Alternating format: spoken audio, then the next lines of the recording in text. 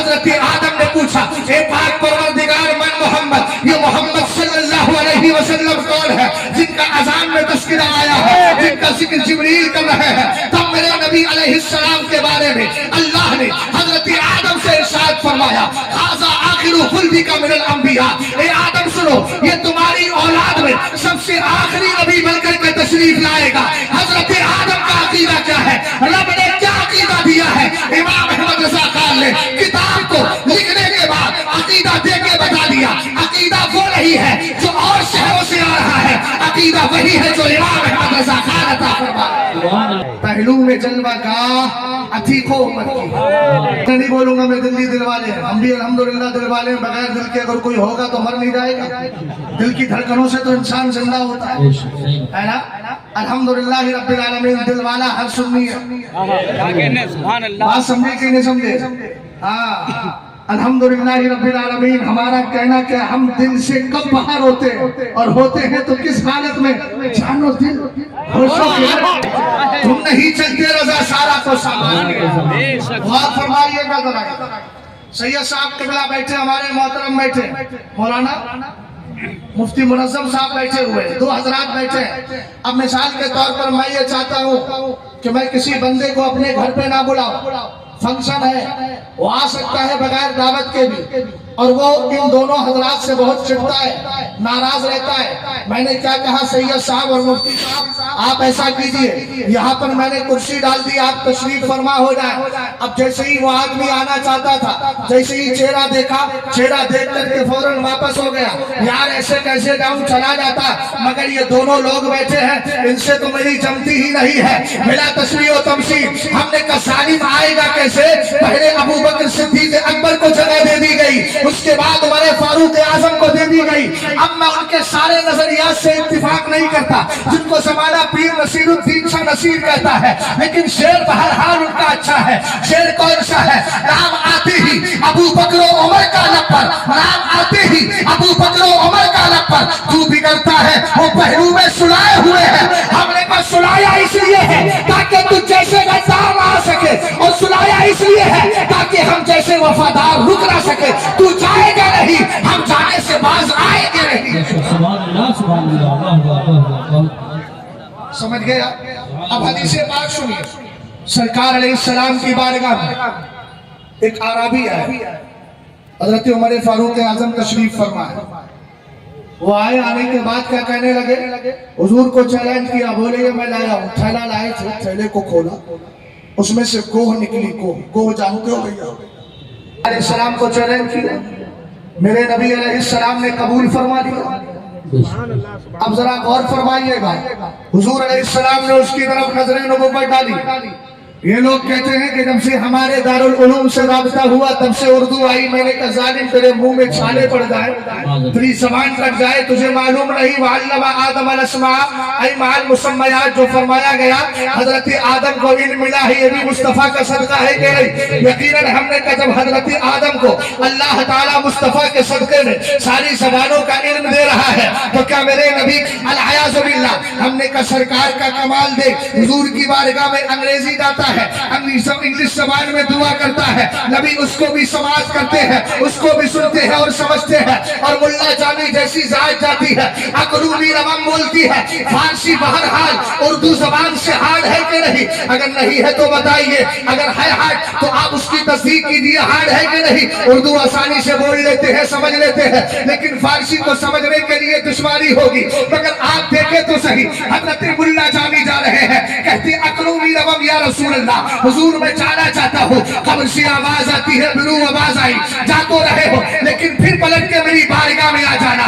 ہم نے کہا جب اردو سے زیادہ ہارڈ مصطفیٰ کریم فارسی سمجھ رہے ہیں، فارسی میں جواب بھی دے رہے ہیں، تو اردو کس زبان کا نام ہے؟ اردو کس طریقے سے میرے نبی نہیں جانتے ہوگے؟ العیاذ باللہ۔ ہے تو سرکار کا کمال دیکھو، میرے نبی کی نگاہ نبوت پڑی، وہ جانور ہے جانور، سرکار نے فرمایا عربی میں یا بپو اے گو، سرکار کا یہ جملہ عربی میں تھا، نبی کی نگاہ نبوت پڑی، اللہ نے اس جانور کو بھی زبان عطا فرما دی، عربی میں کہتی ہے لبیک و صادق یا سید من غرف یوم القیامہ، کہتی ہے قیامت کی سب و سینت، قیامت کے دولہ، بتائے تو صحیح میں آپ کی بارگاہ میں حاضر ہوں۔ ہم نے کہا نگاہ نبوت کا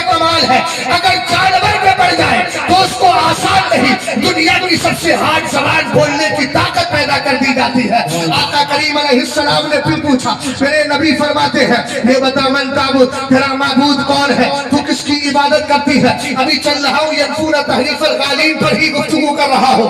आका करीम अलैहिस्सलाम ने जब उससे पूछा, बता तेरा माबूद कौन है, किसकी इबादत करती है? पहले इल्म बैठे हैं, इनमें बहुत सारे हजरात अपने मदरसों के शयूखुल अदब भी हो गए, अरबी अदब पढ़ाने वाले हो गए। इनसे पूछिए अरबी अदब अगर पढ़ता है बंदा, कितने दिनों के बाद उसको मुसज्जा मुकफ्फा मकामाते हरीरी जैसी इबारतें लिखने का सलीका पैदा होता है, वो भी बहुत ज्यादा नहीं, छोड़ा मोड़ा। मगर यहाँ देखिए सरकार ने निगाह नबुव्वत डाली जानवर पर।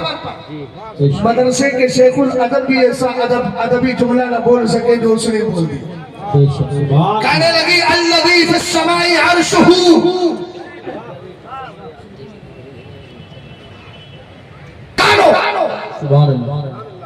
वफिल बहरी सबीलो, वफिल जन्नती सवाबो, वफिल नारी इकाबो। कहती है मेरे आका, मैं उस जात की इबादत करती हूँ आसमान में जिसका अर्श है। बोलो बोलो बोलो, जमीन में जिसकी बादशाहत है, समंदर में जिसका रास्ता है, जन्नत में जिसका सवाब है, जहन्नम में जिसका अज़ाब है।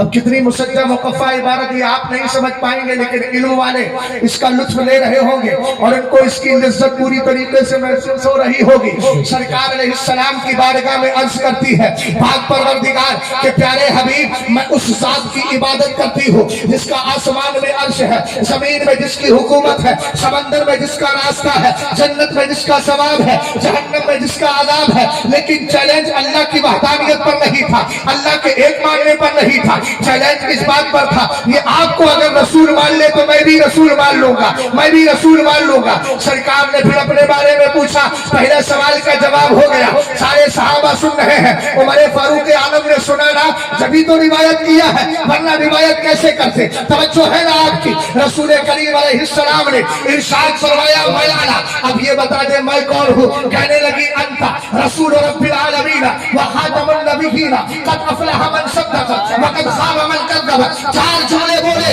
आप तर्जुमा करने से पहले सुभान अल्लाह बुलंद आवाज से बोलिए। सरकार की बारगाह में अर्ज करती है, ए मेरे आका, आप तो अल्लाह के रसूल है, अल्लाह के रसूल है, अल्लाह के रसूल है और आखिरी नबी बना करके भेजे गए हैं। कद अफलह मन सद्दक़, कामयाब वही होगा जो आपके दामने करम से जुड़ गया है। इमाम अहमद रज़ा खान कहने लगे, उन्हें जाना, उन्हें माना, मैंने क्या खैर से कहा, लिल्लाहिल हम्द, मैं दुनिया से मुसलमान गया। वक़द खाबा मन कज़्ज़ब, और मेरे आका जो आपके दामन से अलग हो गया वो नाकाम और नामुराद हो गया। तब आला हजरत कहने लगे, वो जहन्नम में गया जो उनसे मुस्तगनी हुआ है, खलीलुल्लाह को हाजत रसूलुल्लाह।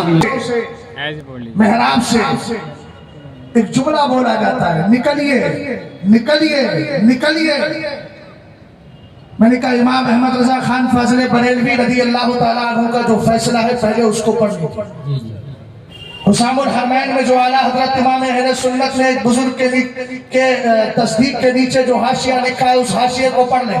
ज्यादा डिटेल में मैं नहीं जाता, लेकिन जो भी करना है अपने उलमा की और उलमा से पूछिए कि आला हजरत का मसलक इस सिलसिले में क्या कह रहा है, ताकि कहीं ऐसा ना हो हमारा कोई कदम मसलक के खिलाफ, मजहब के खिलाफ, इस्लाम के खिलाफ चला जाए। इसलिए कहता है तो देखो इमाम अहमद रजा खान ने किस तरीके से हिफाजत की है, गौर फरमाइएगा। आला हजरत के दौर में एक बात और उठी थी, वो ये था कि मेरे नबी कब्र में जिंदा नहीं, इसीलिए तो बदअकीदा ने कहा सरकार से निदा करता क्यों है, इस्तिगासा करता क्यों है। अगर से आला हजरत ने भी किताबें लिखी, आला हजरत के दौर में ही आपके दोस्त है, वो भी मुजद्दिद है, हजरत अल्लामा यूसुफ इब्न इस्माइल नबहानी रहमतुल्लाहि ताला अलैह। आपने पूरी किताब लिखी है शवाइदुल हक फिल इस्तिगासती बिसय्यिदिल खल्क, उसमें आपने एक रिवायत लिखी सरकार की हयात तैयबा पर, मेरे नबी जिंदा है, इस जिस पर आपने बड़ी पाकीज़ा रिवायत जिक्र फरमाई है। तवज्जो फरमाइए, क्या कहा? मोहम्मद रसूलुल्लाह, मोहम्मद अल्लाह के रसूल है। ये दिल्ली है, दिल्ली, यहाँ आप अच्छी तरह जानते हैं, इंग्लिश यहाँ के लोगों की मजबूत होती है, ग्रामर्स भी आपके जहन में पूरी तरीके से बैठे हुए हैं। आप जानते हैं, एक पास्ट होता है, एक प्रेजेंट होता है, एक फ्यूचर होता है। प्रेजेंट यानी मौजूदा जमाने को कहा जाता है। कुरान की आयत करीमा है, मोहम्मद रसूलुल्लाह, मोहम्मद अल्लाह के रसूल है। मिसाल के तौर पर हमारे कारी साहब बैठे हैं। कारी का क्या नाम है? कारी साहब आपका?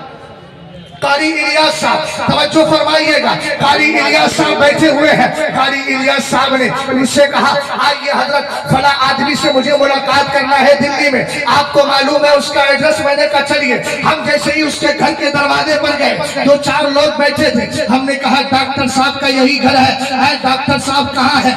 कहाँ है ये मत पूछिए, अब ये कहिए कहाँ थे। हमने कहा वजह क्या है? कहा डॉक्टर साहब का कल इंतकाल हो गया, यानी कल तक थे, कल तक है, और आज क्या है? इंतकाल हो गया तो थे। मैंने कहा यार इतना तो गौर कर ले, नबी को मुर्दा कहने वाले मोहम्मद रसूलुल्लाह, कुरान की आयत प्रेजेंट टेंस को बता रही है। मोहम्मद अल्लाह के रसूल थे भी, मोहम्मद अल्लाह के रसूल है भी, मोहम्मद अल्लाह के रसूल रहेंगे भी। अगर माशाअल्लाह नबी को मुर्दा मान लिया तो फिर आका करीम अलैहिस्सलाम के जो औसाफ है, इसलिए कि डॉक्टर साथ नहीं होती, डॉक्टर वस्फ होता है, आलिम होना वस्फ होता है, ये खूबी होती है। सरकार वस्सलाम को माशाअल्लाह अगर मुर्दा मानते हो तो फिर तुम्हारे एतबार से तर्जुमा कुछ और होगा, लेकिन हमारा नबी कल भी जिंदा था। और इस हयात को जश्न गौसुल बरा के हवाले से अर्ज करता हूँ, ये अकीदा मेरा ही नहीं, ये अकीदा इमाम अहमद रजा खान ही का नहीं, ये अकीदा तो हम सुन्नियों के गौसे आजम का भी है। यही वजह है कि आला हजरत ने अपनी किताब तर्जुल अफाई अल-हिमा हादिल दफार दिफाई के अंदर इन अशार को तहरीर फरमाया। गौसे आजम मेरे नबी की बारगाह में गए। पहली बार जब हज किया था ना तो 38 साल की उम्र में किया था।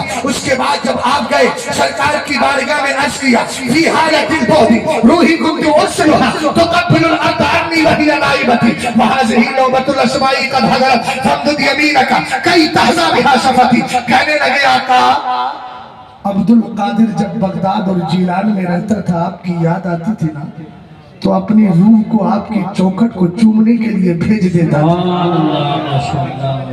जिंदा हो ना भाई? अरे जिंदा हो, बोल तो जाओ भले आदमी, वरना डाउट होने लगे।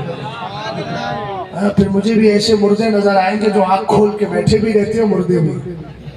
तो ये तारीख रकम मत कीजिए, जो निजाम कायनात बना हुआ है उसमें तब बीच वाला मत लाइए, मंजिलत बैना मंजिलत है, दो ही दर्जे रहने दीजिए। मोहब्बत से बोलिए। अब अगर सुन्नियों